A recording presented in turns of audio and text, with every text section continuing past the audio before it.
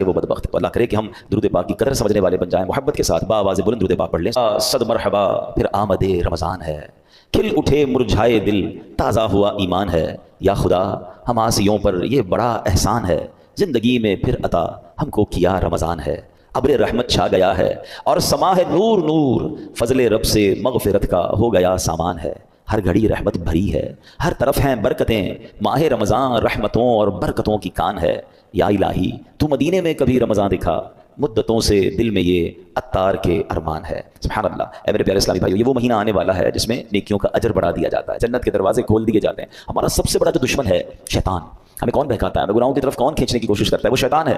مگر شیطان کو قید کر دیا جاتا ہے، یعنی جس سے مقابلہ ہے نا اس کو تو قید کر دیا، اب ہمیں موقع دیا گیا کہ خوب نیکیاں کر لو۔ اور سبحان اللہ، اللہ قرآن مجید فرقان حمید میں فرماتا ہے شہر رمضان الذی انزل فیہ القرآن۔ یہ مہینہ کون سا ہے کہ رمضان کا مہینہ جس میں قرآن نازل کیا گیا۔ اس آیت کے اس جز سے پتہ چلتا ہے کہ یہ ماہ قرآن ہے، نزول قرآن کا مہینہ۔ ایک اور جگہ قرآن مجید فرقان حمید فرمایا جاتا ہے کہ یا ایھا الذین آمنوا کتب علیکم الصیام کما کتب علی الذین من قبلکم لعلکم تتقون۔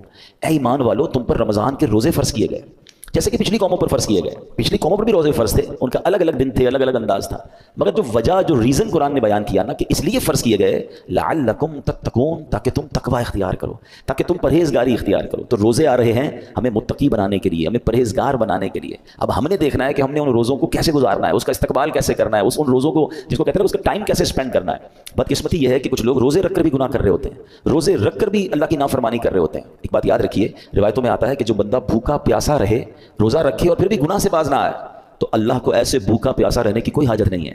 روزہ صرف کھانے پینے سے رکنے کا نام نہیں ہے۔ آنکھیں حرام دیکھ رہی ہیں اور بندہ روزہ رکھا ہوا ہے، کان حرام سن رہے ہیں اور بندہ روزہ رکھا ہوا ہے، زبان حرام بول رہی ہے اور ہم روزے سے، یہ کون سا روزہ ہے؟ یقیناً کھانے پینے سے رکنا ہے، مگر گناہوں سے بھی رکنا ہے۔ اچھا دیکھیں، رمضان میں گناہوں کی شدت، اس کی سزا کی جو شدت ہے وہ کیوں بڑھ جاتی ہے؟ یعنی میرے اور آپ کی آسانی کے لیے شیطان بند کر دیا گیا، نیکیاں کرنا آسان کر دیا گیا، ثواب کا اجر بڑھا دیا گیا، مگر یہ کیسا بندہ ہے کہ پھر بھی گناہ سے باز نہیں آ رہا؟ آپ سوچ رہے ہیں کہ آپ کی میری فلیکسیبلٹی کے لیے، ہمارے لیے نیکیاں آسان کرنے کے لیے ہمارے دشمن کو بند کر دیا گیا، مگر پھر بھی بندہ گناہ کرتا ہے۔ اچھا، یہاں ایک بڑا دلچسپ سوال بھی لوگوں کے ذہن میں آتا ہے کہ جناب اگر شیطان بند ہے تو بندہ پھر گناہ کیوں کرتا ہے؟ ٹھیک ہے نا، آپ کہہ رہے ہیں شیطان بند ہو جاتا ہے تو لوگ رمضان میں بھی جھوٹ بولتے ہیں، رمضان میں بھی معاذ اللہ فلمیں ڈرامے دیکھ رہے ہوتے ہیں، بدکاری بے حیائی بہت سارے برے کام چل رہے ہوتے ہیں، تو یہ کیوں؟ تو علماء نے بڑی پیاری مثال دی ہے۔ کبھی سائیکل چلائی ہوگی آپ نے، تو فرمایا سائیکل چلاؤ، چلاتے رہیں اور کچھ دیر کے بعد سائیکل کے آپ پیڈل مارنا چھوڑ دیں، مگر سائیکل پھر بھی کافی دیر تک خود چلتی ہے کیونکہ پیڈل آپ نے پیچھے کافی مار لیے تھے۔ تو بتایا جو 11 مہینے شیطان نے آپ کے پیڈل مارے نا، ٹھیک ہے، 11 مہینے چلتے رہے شیطان کے ساتھ، اب شیطان تو بند ہو گیا، باقی کام انہوں نے خود ہی کر رہے ہیں۔ وہ شیطان بند ہے، بندہ خود ہی اس کو جو پیڈل مارے سائیکل چل رہا ہے، بریک تو لگاؤ بھائی، ہاں بریک لگا لو گے تو پھر نہیں چلنی، کیونکہ پیڈل مارنے والا کوئی نہیں ہے۔ مگر مسئلہ یہ کہ ہم بریک مارنے کے لیے تیار نہیں ہوتے نا، ہماری جو عادتیں ہیں اس کو کنٹینیو کر لیتے ہیں۔ معاذ اللہ، جس کی جھوٹ بولنے کی عادت، بد نگاہی کی عادت، موبائل پر الٹی سیدھی چیزیں دیکھنے کی عادت، لڑائی جھگڑے کی عادت، گالی گلوچ کی عادت، حرام کمانے کی عادت، وہ رمضان میں اس لیے بند نہیں ہوتی کہ اس نے بریک نہیں لگاتا۔ وہ مجھے اور آپ کو ابھی سے بریک لگا لینا ہے، 3-4 دن تو شیطان سے لڑ لو یار، پھر تو ویسے ہی رمضان آ جائے گا، وہ بند ہو جائے گا۔ ابھی سے پریکٹس کرنی ہوگی۔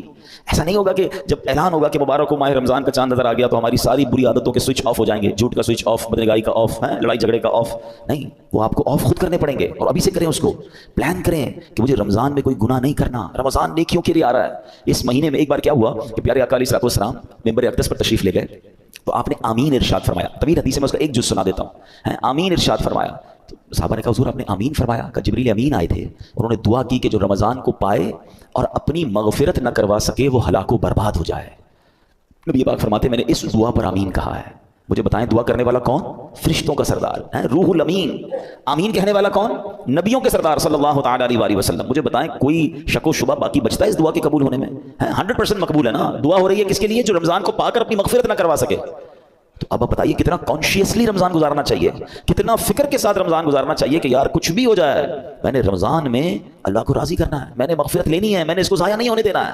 تو اس کے لیے پریپریشن کریں نا، اس کے لیے تیاری کریں، اپنے ذہن کو فریش کریں، سوچیں میں نے رمضان کیسے گزارنا ہے، آ جائے گا تو دیکھ لیں گے۔ نہیں، آپ کے گھر پہ کوئی مہمان آنے والا ہو، ایسے کرتے ہیں یار آ جائے گا تو دیکھ لیں گے، نہیں یار اس کو کھلانا کیا ہے، بٹھانا کہاں ہے، انتظام کیا ہوگا۔ پھر جتنا اہم مہمان اتنی زبردست تیاری کرتے ہیں آپ، گھر بھی سجاتے ہیں، بعض اپنے گھر کو صاف کرتے ہیں کہ یار بہت اہم مہمان، ایسا مہمان جس کا برسوں سے انتظار تھا، میرا سب سے بیلوڈ، سب سے پیارا آ رہا ہے، تو آپ اور تیاری کرتے ہیں، اس کے استقبال کی تیاری کرتے ہیں، اس دن اچھے لباس پہنتے ہیں۔ تو کیا ایسا نہیں ہو سکتا کہ ماہ رمضان کی آمد سے پہلے ہم گھر میں صفائی ستھرائی کریں، گھر میں خوشبو لگائیں، اپنے لیے اچھے لباس، صاف ستھرے لباس تیار کریں، مینٹلی پریپیئرڈ کریں اپنے اور اپنے بچوں کو بھی. ہمارے بچوں کو بھی بعض اوقات نارمل لے رہے ہوتے ہیں، اچھا رمضان آ گیا ٹھیک ہے، نہیں، اللہ کرے کہ ہمارے گھر میں، ہماری فیملی میں، ہمارے خاندان میں، بلکہ ہمارے ملک میں، ساری دنیا میں ایک شور ہو، ایک خوشی کا سما ہو، مبارک ہو رمضان آنے والا ہے. Be prepare yourself. صحابہ کرام پریپریشن کرتے تھے. آپ کو پتہ ہے لوگ اپنے کاروبار سمیٹنا شروع کر دیتے تھے کہ یار رمضان میں زیادہ کام نہیں کرنا، پیسے دینے تو دے دیے، لینے تو لے لیے. یہاں تک کہ جو حکام ہوتے تھے، جو ججز ہوتے تھے، جن کو معاف کرنا ہوتا تو معاف کر دیتے تھے، جن کو سزا دینی ہوتی تھی، یعنی جو چاہتے تھے کہ رمضان سے پہلے چیزیں کمپائل ہو جائیں اور پھر ہمارا فوکس جو ہے وہ رمضان میں عبادت پر رہے.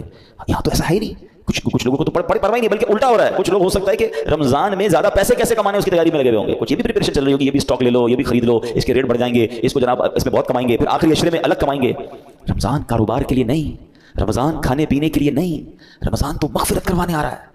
آپ کو پتہ ہے پچھلے رمضان میں کئی لوگ ہمارے ساتھ تھے، وہ آج ہمارے ساتھ نہیں ہیں. ہمیں کیا معلوم؟ پہلے تو اللہ سے یہ دعا کرتے ہیں کہ یا اللہ خیر سے، عافیت سے ہمیں رمضان سے ملا دے.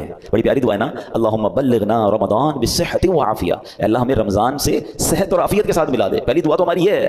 اور پھر دوسری دعا یہ ہے کہ اللہ یہ رمضان ہمیں ہماری مغفرت کا سامان بن جائے. کیا پتہ یہ آخری رمضان ہو ہمارا، تو ہمیں اس کی قدر کرنی ہے، ذہنی طور پہ تیار ہو. بلکہ میں تو مشورہ دیتا ہوں فزیکلی بھی تیار ہونا شروع ہو جائیں. زیادہ محنت کے کام تھوڑا کم کر دیں، تھکاوٹ والے کام کم کر دیں، زیادہ ٹریولنگ کم کر دیں. کیونکہ اگر آپ کی طبیعت خراب ہو گئی ہے، اگر جس کو فکر ہے نا کہ میں نے پورے روزے رکھنے ہیں، پوری تراویح پڑھنی ہے، تو وہ اپنے آپ کو ذرا سیکیور کرے گا. آپ کو پتہ ہے جس کی شادی ہوتی ہے کیا کہتے ہیں دولہے کو، بھائی ذرا خیال رکھنا، شادی والے دن ہی بیمار مت ہو جانا. شادی سے 4-5-6 دن پہلے، 8 دن پہلے اس کو ریسٹ کرواتے ہیں، اس کو زیادہ ٹریول نہیں کرواتے. ٹھیک ہے، اچھی بات ہے، ایک بڑا ایونٹ ہے. تو جس طرح اپنے گھر کے کسی بڑے ایونٹ کی آپ پریپریشن کرتے ہیں، یو شوڈ تھنک اباؤٹ رمضان. یہ اللہ کی طرف سے تحفہ آ رہا ہے، یہ وہ مہینہ ہے جو میری مغفرت مجھے بخشوانے آ رہا ہے. مولا علی شیر خدا کرم اللہ وجہ الکریم کیا فرماتے ہیں؟ تو مضمون ہے آپ کی کال کا، اس امت کو اگر اللہ کو عذاب دینا ہوتا نا، اللہ کی رضا یہ ہوتی کہ اس امت کو پنشمنٹ ملے، تو اللہ انہیں رمضان اور قرآن عطا نہ فرماتا. یہ دو چیزیں ایسی دے دی ہیں نا، جس کو پکڑ لو نا سبحان اللہ، پھر بیڑا پار ہے. ہاں، رمضان اور قرآن دونوں قبر میں شفاعت کرتے ہیں. کیسے؟